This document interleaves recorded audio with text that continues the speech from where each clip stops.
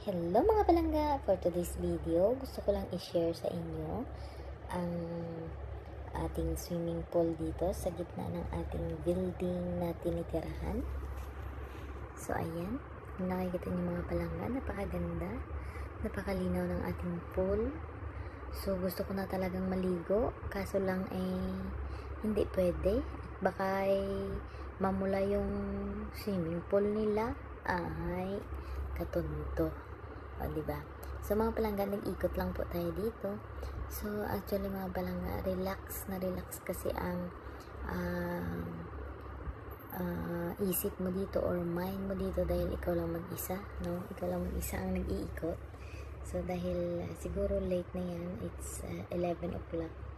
Bumaba po tayo dahil naghihintay po tayo ng ating order for pagkain. So, ayan mga palangga, may relax tayong upuan dyan, pwede tayong makapag-relax, diba? So, napakagandang tanawin mga palangga, no? Diba?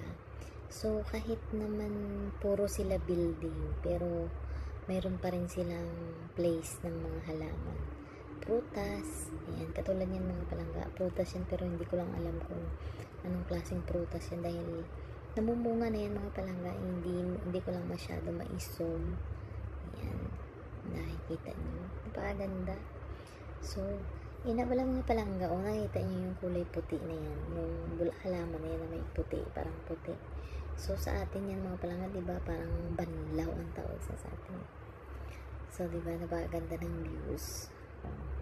Ayan, yan po mga palangga ang ating natatanaw doon sa taas ng ating building. Ayan. So, ayan mga palangga, doon yun sa kabila ng ating building or place. So, may highway ka pa dyan na dadaanan. So, ayan, kung nakikita nyo, may nakikita akong sasakyan. O, diba? So, dito naman po tayo mga palangga sa side na to. Ayan, gusto ko dito yung, ayan, yung tubig na umaagos pababa. O, diba? Simple lang pero napakaganda. O, diba? Mga palangga, yan lang ang ating ma-share for today sa inyo. Kasi wala naman po tayong ibang maikutan dito. So, dito lang talaga tayo paikot-ikot. Diba? Kasi hindi naman po tayo pwedeng lumabas-labas. So, dahil ito lang po ang ating ma-share sa inyo. Sana huwag niyong kalimutan i-like or i-heart.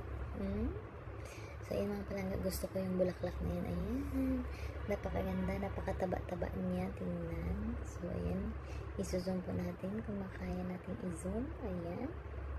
So, medyo malayo na yan mga palangga, kaso lang i-zoom lang po natin, kaya medyo lumapit tingnan. So, ayan, kung nakikita rin, napakaganda ng sampagita. So, ayan, dito naman tayo sa ating area nila sa pwede tayo mag-barbecue. So, pag may mga barkada ka, pwede dito dalhin. Bayad nga lang tayo ng rent or ng tawag doon, place nila. Ayan, napakaganda. May lamesa pa. May upuan. So, 12, I think, 24. Ito naman ang going to gym. Papunta tayo sa gym. So, anywhere mga palangga, meron silang place na pwede tayong umupo. Ayan. Lalo na pag may kadate ka. So, pwede kang magdala lang ng pagkain. So, dito ka lang maupo-upo dyan sa upuan. O, diba mga palangga? So, yan lang ang ating ma-share mga palangga. Thank you so much for watching. I hope na ma-watch nyo po ang ating video. Thank you. And bye-bye. So, dito tayo mga palangga. Pakita ko po sa inyo yung ating place dito. Ayan. So, dito tayo. Ayan. So, ayan. Nakaupo-upo lang dyan si Inday dahil siya lang mag-isa. Ayan. So, medyo stress lang dahil wala po tayong trabaho. Wala tayong sweldo. O, diba? Ayan lang ang ating na-share. Thank you so much. And God bless. Bye-bye.